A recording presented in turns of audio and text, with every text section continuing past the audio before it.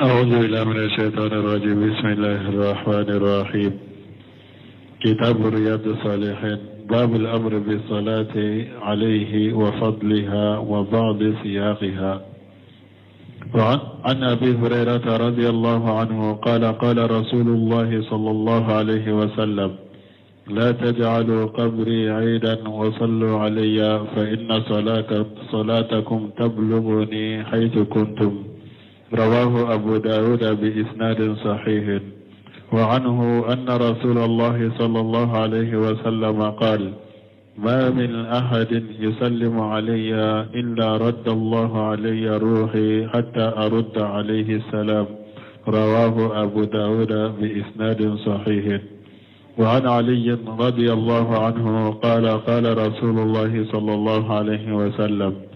البخيل من ذكرت عنده فلم يصل علي. رواه الترمذي وقال حديث حسن صحيح. وعن فضالة بن عبيد رضي الله عنه قال: سمع رسول الله صلى الله عليه وسلم رجلا يدعو في صلاته لم يمجد الله تعالى ولم يصل على النبي صلى الله عليه وسلم، فقال رسول الله صلى الله عليه وسلم: عجل هذا. ثم دعاه فقال له أو لغيره: إذا صلى أحدكم فليبدأ بتحميد ربه سبحانه والثناء عليه ثم يصلي على النبي صلى الله عليه وسلم ثم يدعو بعد بما شاء. رواه أبو داود والترمذي وقال حديث حسن صحيح. بسم الله الرحمن الرحيم، والصلاة والسلام على نبينا محمد وعلى آله وأصحابه وسلم تسليما كثيرا. سبحانك لا علم لنا إلا ما علمتنا إنك أنت العليم الحكيم. أستغفر الله الذي لا إله إلا هو الحي القيوم وأتوب إليه. اللهم انفعنا بما علمتنا وعلمنا ما ينفعنا وزدنا علما.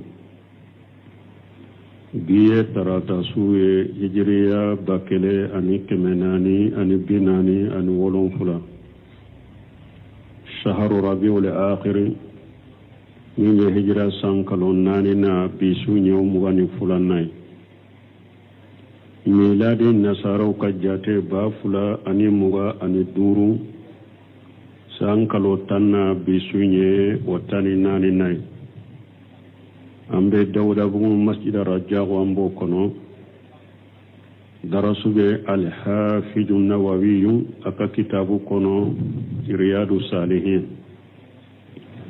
bonda minna ko kanya mariya an ka salli cidenka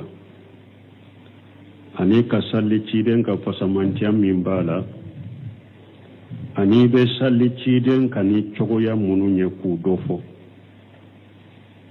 nunu de ben bonda kono anye dirisu folo teme bonda inna bi hadisa munun kala nanka hadisa nani nyona folo an abi hurairah radiyallahu anhu hadisa min abi hurairah malaka je kabwama qala rasulullah sallallahu alaihi wasallam wala ka ciden wala ka tanuna kisibaka لا تجعل قبري إيدا أكنن كقبر كي كومي سالي مانا نبي تكنا ساقي چايا كناما وصلوا علي أي سالين كا أبي يرو فإن صلاتكم تبلغني حيث كنتم أكا سلوا بسنة چيدما نا سالرين كا أبي يرو رواه أبو داود بسناد صحيح. أبو داود إني حديث بني سند من كتنه. وعنه أن رسول الله صلى الله عليه وسلم قال: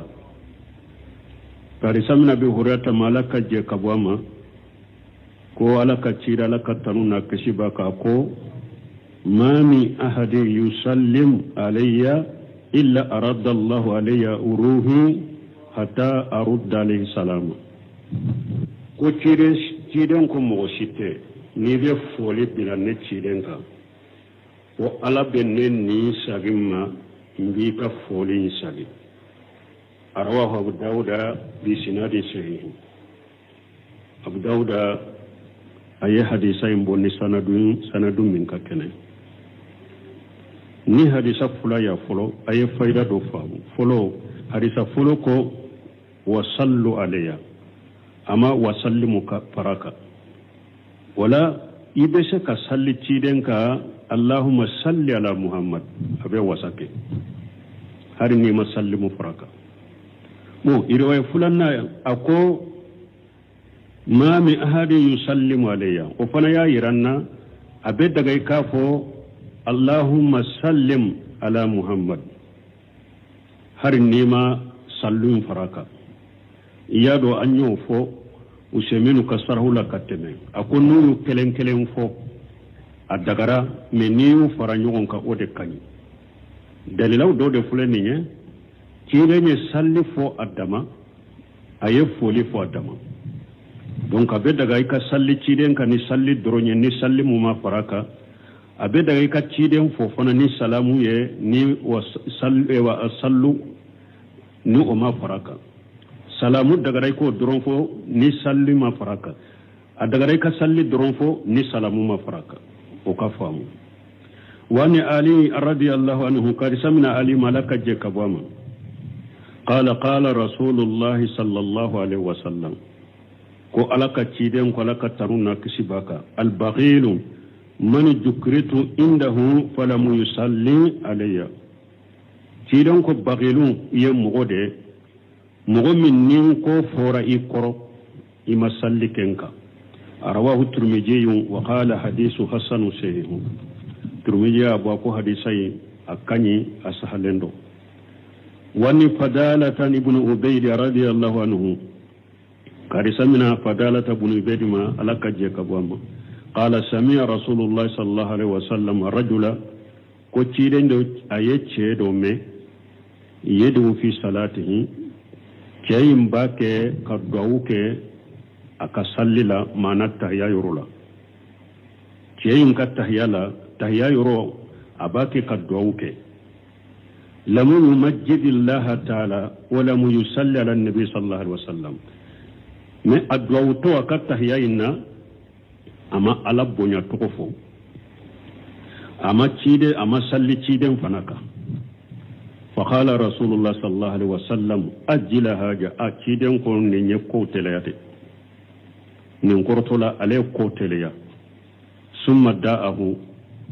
وكف كيدن يتشين ولي فقال له أقواما أو لخيره وكيدن كم مغورما من تشين إذا صلى أحدكم na dola kele na bake kadwauke na be salla bake kadwauke ka salli kun minya katta ya yoroye fali yabudau bitamjid rabbih subhanahu adamina iki mittige ala bonya folo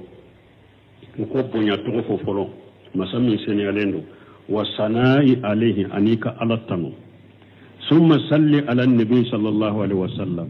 o ko fe ka salli nabi nyumaka alaka tanuna kisibaka summa yedu badu bimasa o kofe duawu min kadiye nunun kofe boke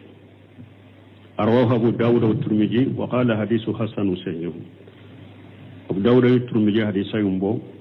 turmiji ko hadisai hasan sahih asraw nan don ibn usaymin kasrahu la ko hadhihi al ahadith al arba'atu aida akunni hadithan nani min fulani yetuguni فيها الأمر بالصلاة على النبي صلى الله عليه وسلم ويانيا مربني حديثا ناني نكونو تغني كانيا مريا أنك صلي النبي نمكا لك تنونا كسبكا وفضيلة ذلك أنك صلي تيدنك فسمنتا من بالا ni hadisa uyoyirana famine habe hadisa nunun kono hadisu abi hurairah radiyallahu anhu anna an-nabiy sallallahu alayhi wa sallam qala abi hadisa nunun kono abi hurairah ka hadisa alaka je kabama kon nabi nyuma alaka tanuna kisibaka ko la tajal qabri ida wa sallu alayya fa inna salatakum tablughuni haythu kuntum al ma'na jumay la tajal al qabra ida tukarrimunahu bil muji ilayhi kull sanatin marrata aw marratayn wa masbah jalika yetiren ko kanin ka kaburu ke salliye ka ke sagi yoroy amana munye akana ciden ka kaburu ke ko mi salli nebe nabe kaburu mbonya ka karama nin naliye kana kaburu ma sankono fonne ka bilin yere ka sankono sinya kelen kata ciden ka kaburu jiara ube sankono fonne ka bilin yere ka kata ciden ka kaburu jiara sinya fula wama asbaha zalika anin nunu na nyuguna ninde toy ka ciden ka kaburu ke salli sagi yore mo ka bili yere ka sango sa fonne ka ta ciden ka kaburu jiara sinya kelen ube sango sa fonne ka ta kaburu ciden ka kaburu jiara sinya fula ninde toy ni ciden ko kanin ne ka kaburu ke salli sagi yore wa fiha binni hadisala دليل على تحريم سد رحال لزيارة قبر النبي صلى الله عليه وسلم دليل بني حديث لا كحرميا مغوكني كم من مشري كبود دغوني جمانا كوي بيتا تشيدن كقبرو نبي نما كقبرو كوي بيتا زيارة حرامو دليل بني حديث لا حرامو إكني كم من متا كو إبتا تشيدن كقبرو زيارة duguni jamana haramu da tebbe ni hadisa yo iranna wa anna li insana idha arada jahaban ila al madinati hadisa nya iranna fana ko hada madde ni e yalla ni koy beta madina la yaqsidu an yusafira min ajli ziyarati qabri rasul sallallahu alaihi wasallam ikalla ni kana kede kum betam madina kata ciden ka kaburu de jiyara ikalla nyene kana koyede ari sai mbo fana ira no tebede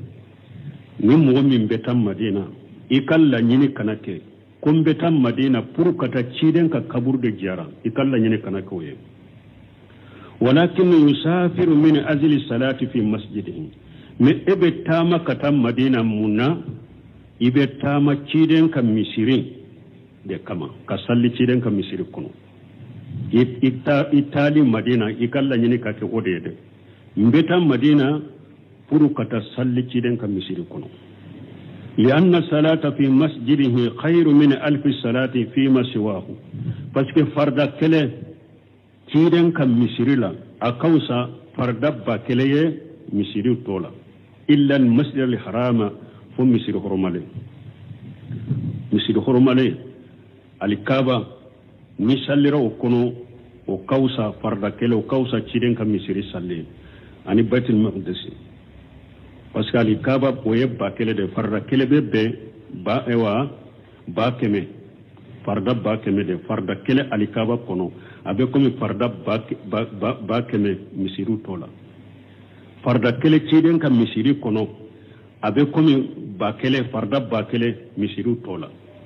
uba fo cew baitul maqdis farda kelo kono abe komi farda keme duru misiru tola wala nim misiru horomanente ani baitul maqdis farda kele ciden ka misiri la kausa misiri to ka farda ni ba kele ne wala nim mo min betam madina ciden ka misiri de kama fasamanta min fora ni farda kele salli ciden ka misiri kono abe komi farda ba kele misiru tola mo betam madina ciden ka misir la ninde kama me ite ta ciden ka kaburu kama de kana ta ciden ka kaburu kama de kambe ta kaburu de kama be ta kaburu jara kana to kama parce que kaburu jara ko la ciden ko wasallu alayya akwaye sallinka abe yoro fa inna salatakum tablughuni haythu kuntum aka sallu be senne ciden ma be yoro ni ciden ka kaburu ka kode do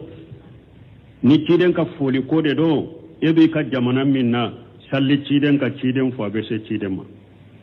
ibe yoro ija sallaita ala rasul sallallahu alaihi wasallam ni sallira ciden kala ka tanuna kisibaka fa inna salataka tablughu haythu ma kunta fi barri aw bahri aw jawi qariban kunta aw bayida ni isallira ciden ka ika salli be ciden ma ibe yoro ibe dugukolo ko kanade ka ibe baji de lawa ibe abion de kono sanfewa ika suru ciden ma ika ja ciden ma ni ko ni sallira ciden ka be yoro be ciden ma donc ne yayiranna mogo kan nin famu talim min beke madina ateke ciden ka kaburu jara kamade ika tali kunyede mbeta madina purun ka salli ciden ka misiri kono ni sera misirima ce ibe ciden ka kaburu jara min kana ka sheba fula ani bagi ani uhudi ibo uluke me muso yere muso minya ka dina famu yere ni tara madina ciden ka kaburu na ka sheba fula ka kaburu kana she bagi kana she uhudi kana she parce que muso kata kaburu jara we haramu o kera kaburu kabure cida nyere da yafu muso kata kaburu jara o ya haramu wala tali tege ewa do fana bolo nuru taram madina umace ciden ka kaburu ma konna kunye munye makka kuma yenne ka hijula kana ne ma ciden ka kaburu mata ciden ka kunten ka hijula ai madina yere te hiji ka programu kono madina te hiji ka programu yere kono mogo bese kata hiji kana hari ni ma se madina foiti ka hijula hiju bato yoro madina tula de ibese katika hiji la ka hiju bakana foiti ka hijula ni ma se madina ate hiju bato yoro kono madina koni ta kunyere dro ciden ka misiri kama wasamanta min fora ibe salli min ka kona be komi bakele donc fara e wasallu e misiru tola ibe ta wode kama aye pasamanta min fo misiri na salli ibe ta wode kama de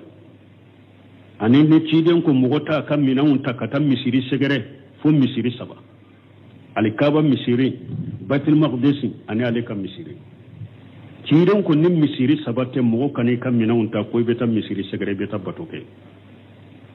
wala kata ciden ka kaburu kama ki minawun ta ko beta madina kaburu de kama jarade kama we haramuye ko tebbe ciden ko be yoro salli aleka ika sallu be se alema foli bilaleka ika foli be se alema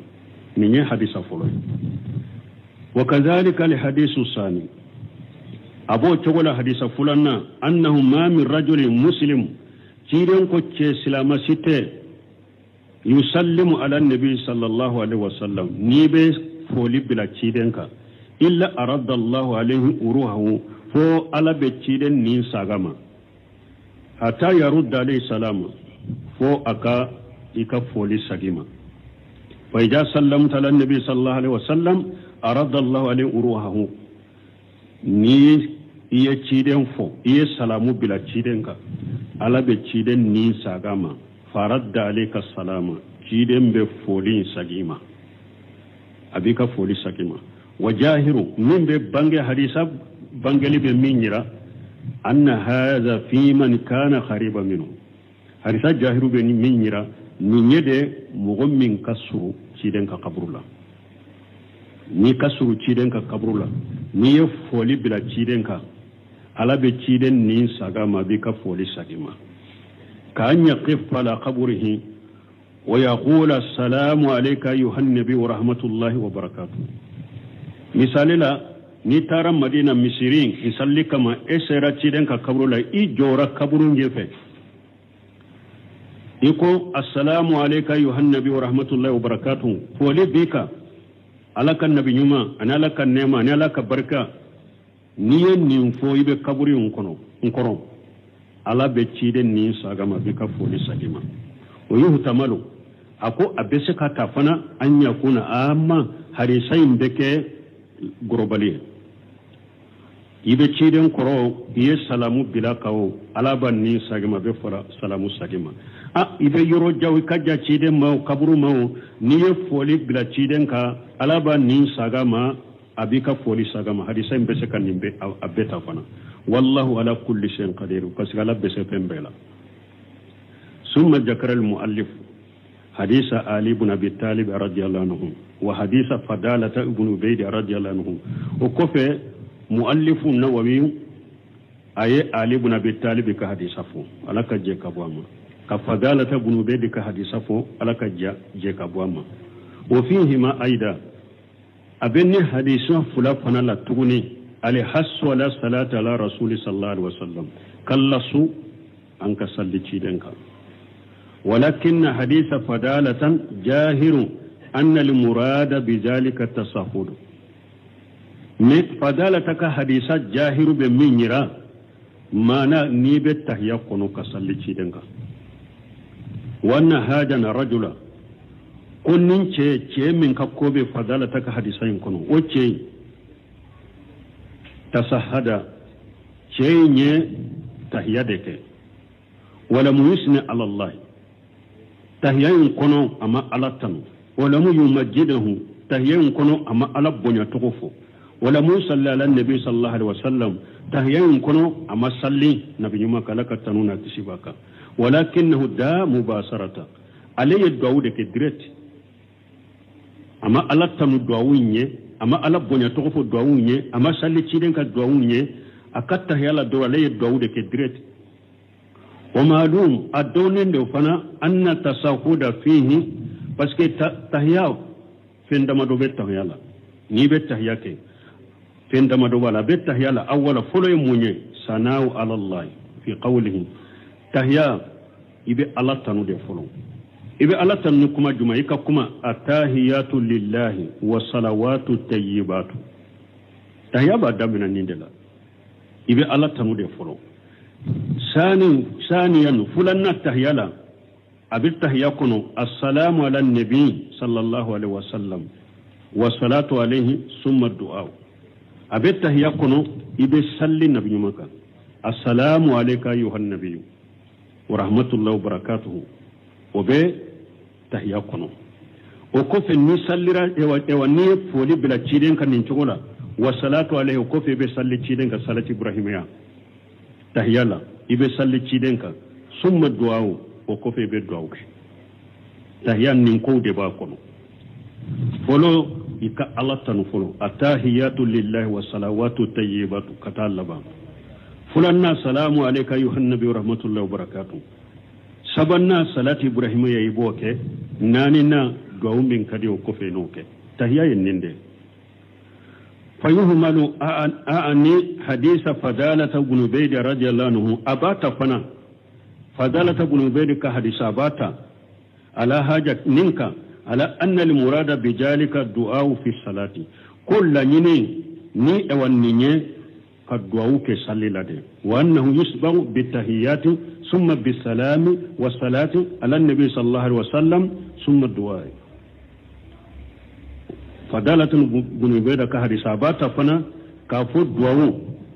مانا كسالي تشيدن كوري موني كدعو كي يكسالي لا وأنه أبا كنو فنا وأنه يسبغ بالتحيات دعو سني كي كسالي لا ibe mumbeke anye folo tahiyya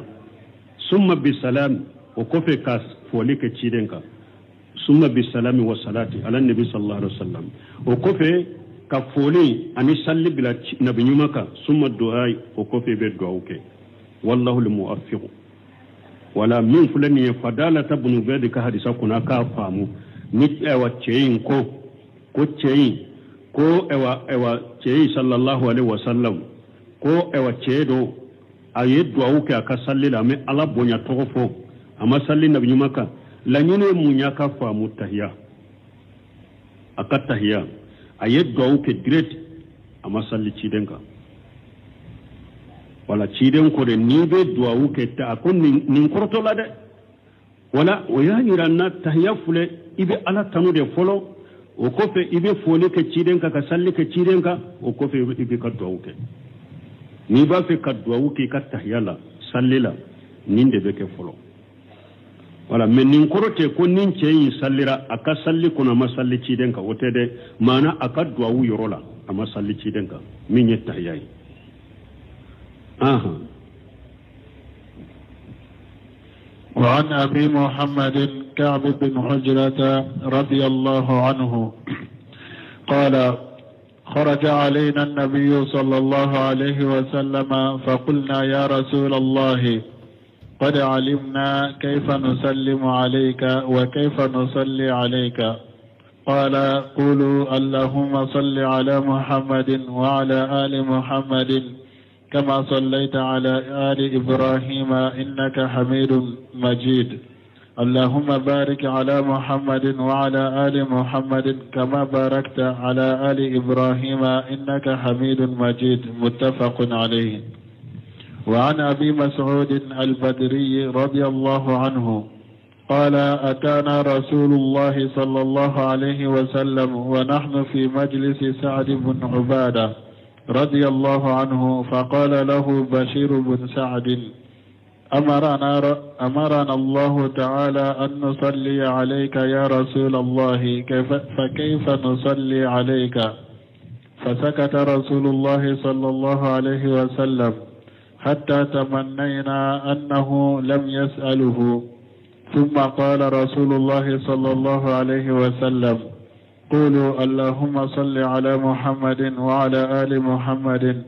كما صليت على آل إبراهيم وبارك على محمد وعلى آل محمد كما باركت على آل إبراهيم إنك حميد مجيد والسلام كما قد علمتم رواه مسلم. وعن أبي حميد الساعدي رضي الله عنه قال قالوا يا رسول الله كيف نصلي عليك؟ قال قولوا اللهم صل على محمد وعلى أزواجه وذريته كما صليت على آل إبراهيم وبارك كما صليت على آل إبراهيم وبارك على محمد وعلى أزواجه وذريته كما باركت على آل إبراهيم إنك حميد مجيد متفق عليه. أنكو أبا فضيلة أن فدالة بن بيد كاري ساكا فامو فيهمل أعني حديث فدالة بن بيد رضي الله عنه على حاجة أكو فدالة بن بيد كاري سامبا بلا نندكا كابلا جمانكا على أن المراد بذلك الدعاء في الصلاة معنى الدعاء صلي كنو دي دعاء صلي كنو أتكومي كصلي تشيدن كلا نيورو لدي دعاء صلي كنو وأنه يسبق بالتحيات كافو دعاء يكصلي كنو نيبيا كدعاء كصلي كنو يكتحيالا تحيا فولو دو بك فولو ثم بالسلام والصلاة على النبي صلى الله عليه وسلم وكفي إبه folini salli bila cidenka alaka tanunu akisiba summa du'ai o kofi bika du'auke nin ka famu donc ni hadisa saba min fulo ninye nunu fana nana salli beke cidenka ni kuma chugo jumai ni hadisa saba bena kuma odeka wa nabi muhammad kabi ibn ujrata radiyallahu anhu karisamina muhammadu fama كابي بن أجرة على كجي كبوما قال خرج علينا النبي صلى الله عليه وسلم كتشيدم بورا كان علوما على كتمنا كشباكا فقلنا يا رسول الله أنكو يا على كتشيدم قد علمنا كيف نسلم عليك فكيف نصلي عليك أمبي فو تشوغمي أنيودو مي أمبي سلي كتشوغدي masike chego be salli ciden ka cukumi wodo assalamu alayka ayuha nabi wa rahmatullahi wa barakatuh ambe salli ka cukumi anyodo me ambe salli ka cukudi qala ciden ko qulu akwa kafo allahumma salli ala muhammad ala ika muhammadu tanu wa ala ali muhammad muhammadu katubu bagaw ikutanu kama sallaita komi iye kama sallaita ala ali ibrahim komi iye ibrahim ka dunke utanu awa ciden fana tanu nunu bena faram fancha sarahula kafu tasbihu tede kafu talili komi iye ibrahim tanu ibrahim dunke utanu ciden fana tanu innaka hamidu e ala tanu lende do majidu e ala ye masabade ibonya lende do allahumma barik ala muhammad ala ika barika ke muhammadu ka ika hera ke muhammadu ka wala ali muhammad ani muhammadu ka tugubaho kama barakita ala ali ibrahim komi iye barikali ke ibrahim ka dunke uka hera ni barika ke muhammadu fanaka innaka hamidun e alattanu nendo majidun ibonya lendo muntafaqu alayhi bari muslimu benala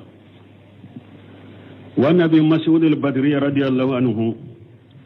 kadi samina bi mas'ud al-badri malaka je kabama qala atana rasulullah sallallahu alaihi wasallam wa nahnu fi majlis sa'id ibn ubadata radiyallahu anhu ko ciden nana uluma ayasuru ulube sa'id ibn ubadata kasigi yorola baro yorola ciden nanuma fa qala lahu bashir ibn sadi ko ciden ma amarna allah ta'ala an nusalli alayka ya rasulullah fa kayfa nusalli alayka ako ala ya nyamariya ala min kortalen wa ya nyamariya kwanka sallika ala ka cide ambe sallika cugudi fa sakata rasulullah sallallahu alaihi wasallam ciden ya dade hatta tamannayna annahu lam yasaluhu fo awnya naka hari atun kana ciden yininka parce que ulunya na kuma imabbe ciden ma kuma wore kana ta fo mun beke uluma kololoy ciden ya dade fo awnya nata haratun kana ciden yininka summa qala rasulullah sallallahu alaihi wasallam o ko fa laka ciden ko laka tanuna kisibaka qulu ako akafo اللهم صل على محمد على إكام محمد تنو وعلى آل محمد إكام محمد تقبغو تنو كما صليت على آل إبراهيم كم هي إبراهيم الدنكو تنو محمد فنا تنو وبارك على محمد هيران بركة محمد الله وعلى آل محمد أن محمد تقبغو كما باركت على آل إبراهيم كم هي هيرك إبراهيم الدنكوكا هيرك محمد فنكا إنك حميد مجيد على تنونندو على كبو والسلام كما قد علمتم مجيدن كومي ني فولي وبي كومي ايو دو تشومي سلامو بي كومي ابو دو تشومي رواه مسلم حديث يمبو وان ابي حميد سعدي رضي الله عنه قال سمعنا ابي حميد سعدي ملك جكباما قال قالوا يا رسول الله وكو على كتشيدما كيف نصلي عليك أم بيصلي كتشودي قال قولوا تشيدون كافو اللهم صل على محمد على إكام محمد تنو وعلى أزواجه أن محمد كفرمسو وذريته أنا كبونسو كما صليت على إبراهيم أي إبراهيم تنو على آل إبراهيم كدنكو تنو وبارك على محمد بركة محمد كان هيرا ولا أزواجه وذريته أنا كفرمسونا جريو كما بركت على آل إبراهيم إيه بركة إبراهيم دونكوكا إنك حميد مجيد إيه الله تنونيندو إيه الله مسباي منتفق عليه بغير مسلم بين الله أسره هذه أحاديث ثلاثة في بيان كيفية صلاة النبي صلى الله عليه وسلم ni hadisa saba min fulani ne ni hadisa saba nana mogo be salli ciden ka cogomi ko bangiye ibe salli ciden ka cogomi ko bangiye ni hadisa saba nana odela hadisu kabin ibn ujrata radiyallahu anhu fi kayfiyati salati kabu ibn ujrata ka hadisa ibe salli ciden ka cogomi onana odela annahum salun nabiyya sallallahu alaihi wasallam kayfa yusalluna alayhi ako ku ye ciden yininka ko an be salli ka cogodi ya annahu allamahum kayfa yusallimuna parce que be ciden fo cogomi ciden yu ladunne wala kateme mais ube salla ka cogomi to de do wallahi allamahum iyahu huwa qawluhu foli yorola ciden yi ladunne munna ciden ka kuma assalamu alayka ayuhan nabi wa rahmatullahi wa barakatuh ayasuru ciden yu ladunne ninna tahiyala ube salli ciden kan nin cogode la yasuru ben nindo amma salatu fa allamahum min salli ciden la dunya wa qala ciden ko qulu allahumma salli ala muhammad wa ala ali muhammad wa qad sabaqa unum simino ko afora kateme anna mana salati llahi ala li abdi huwa sanahu alayhi fil mala'il ala anya fo kateme ko alaka salli jonka o yede kittanu sanfela kortande na malikaw celay والمراد بآل محمد هنا كل أتباعه على دينه دونك من فوريان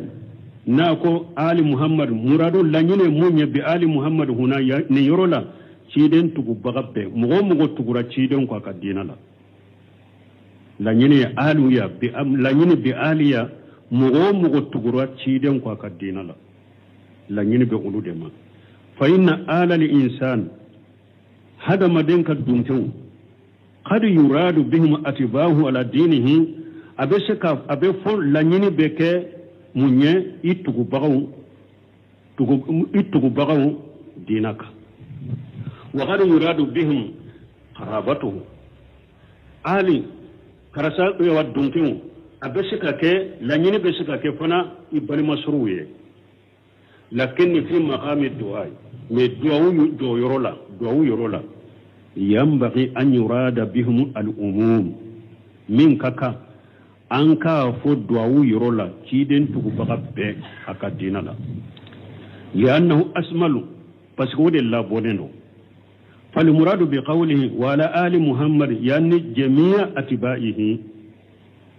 n'a ko wa ala ali muhammad laɲini mun ye ciden tugubaga bɛɛ i ka tanuni kɛ ciden tugubaga bɛɛ kan fa in qala khairu ni fo baga do ko amma hal tatil alu bi manal atibai yala alu abena na lanyini be ke tugu baga yewa ni mo do yen ni fo kulina nam amba fo alu bena tugu baga la qala allah ta'ala la qala min qur'aninu wa yawma taqumu sa'atu adkhilu ala fir'auna asad al-azab ala ko yomani kamaru dummi ni qiyama dombe jo ala ba fo firawuna kabbato bagaw aye dolla jaba gelena wa qala al ulama ma'nahu adqilu atba'ahu asad al ajab ala ba fo aye firawuna tugu bagaw ayudo doni ke bagaw ko la nyine munye ni yorola aye firawuna tugu bagaw ayudo la jaba gelena adqilu ala firawuna asad al ajab aye firawuna tugu bagaw dolla jaba gelena wa huwa awwaluhum firawuna yereyun ufolo ya folo kama qala taala kumin ala ko lamin kurota lendo yaqdum qaumahu yawm alqiyamati fa awradahum an-nar wa bisal wirid al-mawrud ala ko yawm alqiyamati do firawuna be bila kam mo wunye qiyamati do abeta uddo tasuma kono bisal wirid do yoro juguyara al-mawrudu ayudo yoromi firawna ya kattu bagaw do yoromi ayudo do yoro jugula wa qawluhu nuciden ko kama sallaita ala ali ibrahim wa ala ali ibrahim wal kafu huna litalil kafu ni yorola talili de do kafu tasbihu tede wa haja min babi tawassul bi afwalillahi sabiqati ila afwalihi lahiqati nimbe ko mi tawassuluke ki yere gere alala ni alaka ko keta doye min temena ire e wa tawassuluke ni oye ko min bana ako fanake mana iye ibrahim tanu kiden fana tanu yanni kama sanaita bisalati ala ibrahim wa alihi famuninu bisalati ala muhammad wa alihi sallallahu alaihi wasallam la nyine munye komi iye tanune ke ibrahim ka ana ka dunkew ewa fonnan shari'a ke ika tanune ke muhammadu fanana ka dunkew ka kisini nema baka fahiya min babi talili wa laysati min babi tasbihi kafu nyede talila de iye ninke ni fanake me tasbihu te وبهاجة نية كافون كتاليلية يزول الإشكال الذي أورده بعض أهل العلم رحمهم الله نغمي من بي ندوني كباو دويان ناتو ونغمي بيولي نية كافون كتاليلية إما كافو تسبيهي نغمي من بي ندوني كباو دويان ناتي نغمي بيولي حيث قالوا بس دوني كباو دوكو كيف تلحق الصلاة على النبي صلى الله عليه وسلم وآله بصلاة على إبراهيم وآله ما أن محمد أشرف من جميع الأنبياء عليهم الصلاة والسلام نياك كافو تسبيه دون كما كو تشغدي نمبا فو على يسالي را إبراهيم كا تشغمي سالي تيدن فنكا كومي او تشغو كاسرو تيدن كوسا نبي نيما بي o tugudi ambe ciden ka tanu ne tugu ibrahima ka tanu ne la mana komi ye ibrahima tanu tugumi de ciden fana tanu o cogola nin be komi sisa ni ya fo nin cogola ibrahima tanu ni a kausa ciden tai parce que ko ibrahima tanu tugumi ciden fana tanu o cogola wote ka yira ciden kausa nabi nyuma be mais ni ka fu ingeli talili ni iskalu be wuli iya tanuni ke ibrahima ka tanuni funan kira ke cidan fana ke ka tanuni kaka me ata ko mi iya tanuni ke ibrahima ka chogomi o taninu nyogona ke muhammadu fana ka fu tasbih ninde bo ninnin fora doro iskalu bena doni ka bo yene iskalu min nati chogode ala bafo ala wa chogode an bafo ala ayi tanuni ke ibrahima ka chogomi o tanuna nyogona ke cidan fana ka soro cidan kausan najuma be donc ni yake talile nimbe wuli kaboy fal jawabu an ba fo jabula wala pour kan iskalu wuli an al kafa huna laysat litasbih walakinha litalil an ba fo kafu ya kafu tasbihite kafu tasbihite comme yennin ke togomi nim fana ke o chogola kafu into yede kafu talili de do yetanu ne kay ibrahima ka fonnan shiriya kay kattanu ke cidan fana ka kafu tasbihite ودبي إسكالو يمري قوله كما صليت على إبراهيم ولا آل إبراهيم إنك حميد مجيد حميد يعني محمودا الله إدت تنونينو مجيد يعني ممجدا والمجد هو الأجمة والسلطان والإجة والقدرة وما إلى ذلك ممجد والمجد كرمونيا هو الأجمة بنيا والسلطان نمسيا والإجة نشيا والقدرة ani wal ijjatu ani bonya wal qudratu ani sebaya wama ila zalika majid qur'anin kala bonya ya Allah de bonya masai wa qawluhu nako allahumma barik ala muhammad wa ala ali muhammad kama barakta ala ibrahim wa ala ali ibrahim innaka hamidum majid kazalika aida taburiku awa barika inni awa kazalika aida at-taburiku barika in fana yurola نقول أنبا فاللهم بارك على محمد وعلى آل محمد أي أنزل فيهم البركة على إيكا هيرا جيكي محمد ناكتوكو نقول بارك يرولا أنبا فالله إيكا هيرا جيكي محمد ناكتوكو بغولا والبركة هي الخير الكثير الواسع الثابت بركة يمونيه هيرا چاما هيرا يروالي هيرا سبتيلي ودي توكو بركة بركة يني سبتي هيرا چاما هيرا يروالي هيرا سبتيلي بركة يوودي وقوله كما بركت على إبراهيم ولا آل إبراهيم إنك حميد مجيد هذه هي الصلاة على النبي صلى الله عليه وسلم نند يسلي النبي نما كلك تنونا بشبكة وعلى آله وسلم أناك تقبغو على كاتشي وهذه هي صفة الفضلاء وكسلي تيدن كتقوما ودي فلنيني وإذا اختصرت على قولك من يوم مسرون لك ككمك إكو اللهم صل على محمد كما فعل العلماء في جميع مؤلفاتهم إذا ذكروا رسول الله صلى الله عليه وسلم فإنهم مجيجون نيكو فن اللهم صل على محمد أوسرا كم الدوني كبغو ككتاب ولا هلون نوبة تيدن ككوفو يرومي نوبة فاللهم صل على محمد نوبة وصدولا ni sallira ciden ka nu ochogoye fa innahu mujijun abi wasa amma hadisu abi mas'ud al-badri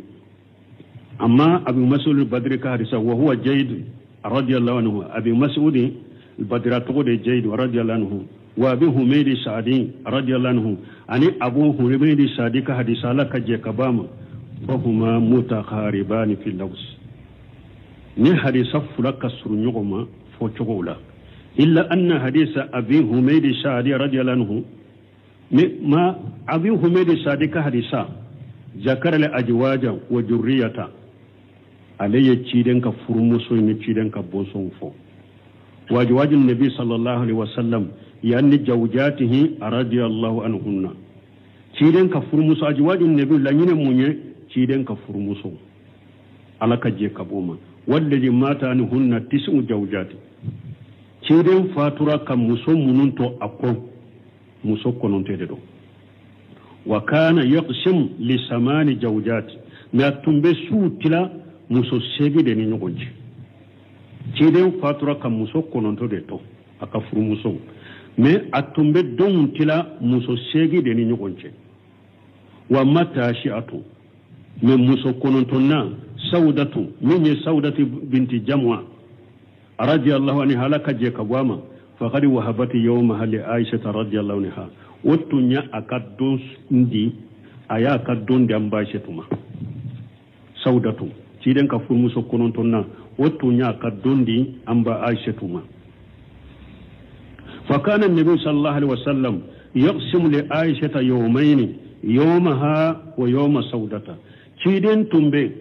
دون تلالي دون فلاري تنبي أمباشتو بلون أيري كدو أني سودة كدو وبغية زوجاتي تيرين كفرموسو تو يقسم لهن النبي صلى الله عليه وسلم بالعدل تيرين تنبي دون تلا أولون يغون تنتلين يقسم بالعدل كما أمر بذلك أتنبي دون تلا أولون يغون تنتلين كمي أن يامرنوا يتقمي فلحاصل الله أن هذه صفات ثلاث من توغو سبا من كل نية التي ذكرها المؤلف رحمه الله من والله بغي فلك النعمة وساقها في أحاديث ثلاثة متقاربات نا يسمى حديث سبا من كسر نعمة ولكنها تصف الكمال بصفة صلاة عليه لكن ني حديثين كسلي تشيدن كسلي توغو دفله ايو اوديفو فصلوات الله وسلام عليه alaka tanuni anaka kisi abechirenka wala alihi wa ashabihi ومن تبعه بإحسان إلى يوم الدين بل ما وقت سيرا يا ne faranfansha do bambolo ya ciren ka salli cogon nyuman fule ani be salli ciren ka cogomi sebau ya dabo kamare ka ciren yinin ka ayannin cogo de fo min balmo ciren ka salli cogo do be o ye bidewde lezinati daima ye olufo شيخ البدئية في صلاة النبي صلى الله عليه وسلم وكو صلي تشغو دوبي كصلي النبي نما كصلي تشغو دوبي نو بصلي النبي نما كنوي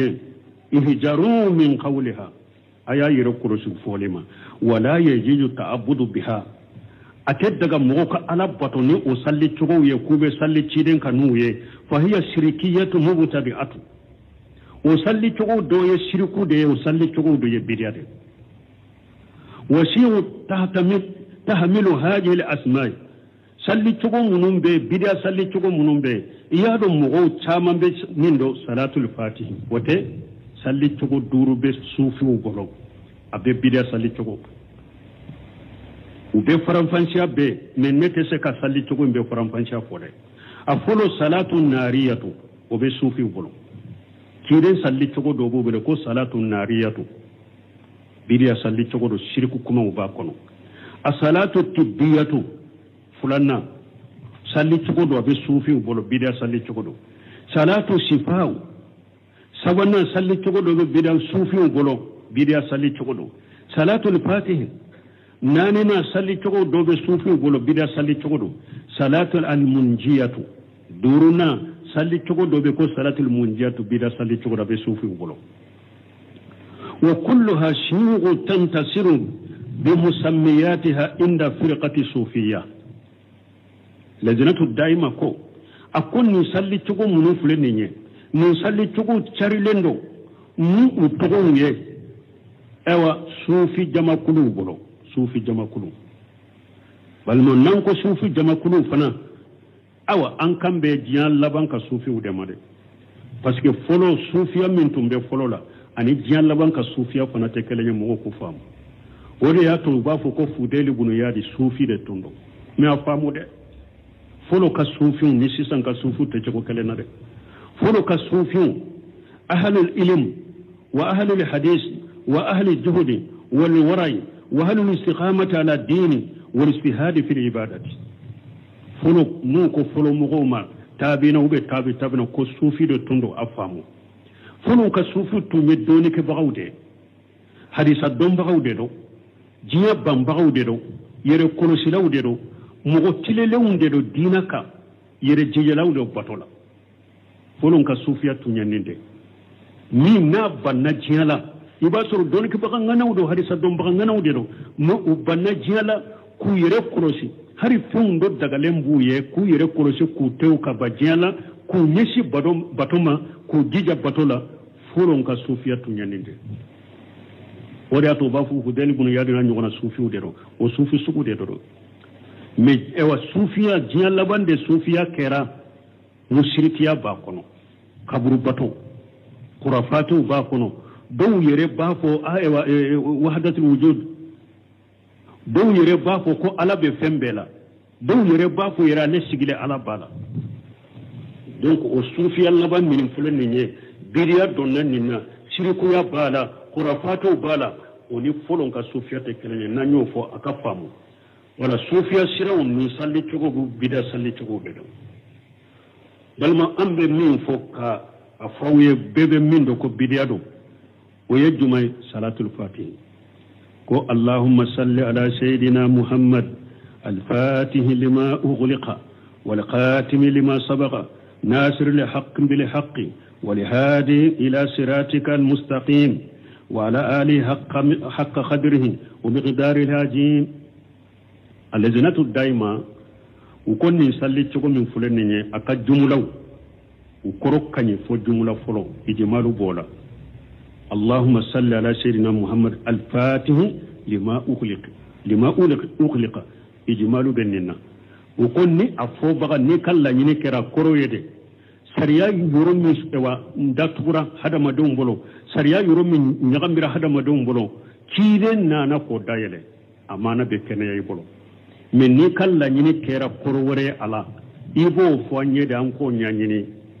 ni ani sariya be nyogon to be tan nyogon anu te nyogon takado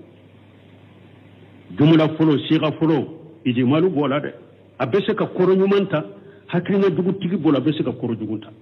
suno ato mana kanyi men ko ana amana nyali mogo kana salli ciden kana ye paska mana ciden bolo della tala hari nu ko akoro kanyi amana kanyi akoro nyana chogo ni ciden ma ko mogo ye delila tala kana salli ciden kana ye bidiyake kana salli ciden kana bidiyado atoy min sabatira iki wasado wala ka salli ciden kana oye salli chogo min sabatira salli ciden kana oye iki wasado wala awan balmo min fulen ne hakilina jugu ne akida jugu de bola salatul fatih kibar yala folo ya wasira nyemai ako ko salatul fatih ko ciden nya di alema yayi khajata la manama ko nyeni nye ko sinu ko tede ko ciden bora aka kaburu kono madina de kana di alema nyeni nye ko sinu ko tede sira nyema nyandinde fo ko cire nye salatul fatih de alemanen chogo de la kele fulana ko salatul fatih sinya kele ko abe komi ye qur'ana kala sinya woro salatul fatih ne ale kala sinya kele ko abe komi ye qur'ana kala sinya woro o ko fe ko cide nya fo ale ye sinya fulana ko ni ye salatul fatih ko ni ya kala sinya kele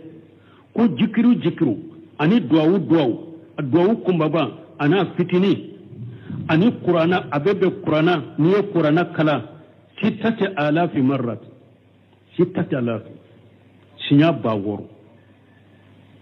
abe komi jikiru be jiya kono jikiru fitini na kumbaba salatu fati kausana be awa abe komi niye qur'ana kala sinya baworo salatu fati sinya kele abe komi niye qur'ana kala sinya baworo لأنه كان من الأذكار كو باسكو قرآن بجكرو دلا ني صلاة فاتي كلا نيكو سا قرآن أبيكم ني قرآن كلا سيا باورو من بي رجما جواهر المعاني جيجو فلو كمي أني بيسابا أني وورو بين نيفو يرو دلا ويركا كتابو دو يوي أو وكو فنا كو پرو إيكان نيم براجي فنا سورو صلاة الفاتي كلا نينا يريدو للا كو أكا سورو mewa jen diri ma ko e kato kakala jembe dima chogomi minya di ema ani minya di uma ani minya di uma fukata adda siratigi sira nyema nyerema akadi ema ni chogo de la ode ya to ebe nim baraju nunu surala men ni amadi ema ni chogo la ni hari ne akala baraje munum mi pasamanta min bala eto soro ibo ofo duratu al farida de kono duratul farida ibo nim fo kono jiyunani na keme ani muga ani shege awa uko fana ko ni mugo min salatul fatihi ko ni ya akala sinyata ko mugo min be ala dode hari sam bakele ni ayode kenya na mayala me aywa amma salatu fatiha amma jikri kano ye i kausa nai ebe baraji min soro wata nyugo na soro awa ko ni salatul fatiha kala sinya kale ko i ka junubu bebe yafa ووجنت لو 6000 من كل تسبيح أو سبحان الله بجيا كنو وبي عليني سبحان الله بباورو سبحان الله فو باورو وبي عليني وكلن دبسا نيغونا اني دواو ni سبحان الله فو سبحان الله فو ni دواو ni jikiru ni abeke jia kono ni ani ulu pese ale kelembe ulu baworo abu ode pese ni ukakitabu mimbe comme mustahi al-kharifu lijani nimbo ode kono tumami lezina daima yenu fo uyemunda ninka ukofa wailu lillezina yaktubuna likitaban biaydihim thumma yaquluna haja min indillahi liyastaru bihi samanan qalila uye ode keka ninkuma nunun dafa donc ambe min fa uye kasunya salatul fatihi bidiyai hari dogu yere bela kulu ba koro fo ka sarahu ko amana kanya koro kanyi na koro na mana nyana chogo ciden ta amadi mugo makana salle ciden kana ye bidiado atoe cide nyem chogo ya munun fo kwanga salle kan uye ika salle ciden kan uye men ni salle ra ciden kan salatul fatihi amana na koro nyana chogo baraji denkelenti e piye bidiade ke junubu de bila ciden ko man ahdasa fi amrina haja ma laysa minhu fa huwa raddu akon min dina ni mugo ye kokura doala aleka nyamaru kante minka ko be sage made na togo do la mani amila amala laysa li amruna fa huwa raddu ni mugo ye bara ken nin dina ka leka nyamari kante bara minka bara imbe sage made ni sallira ciden ka ni salatul fatihi de ci e wa donkono sinya ba keme baraji denklenti ni jungu de be bola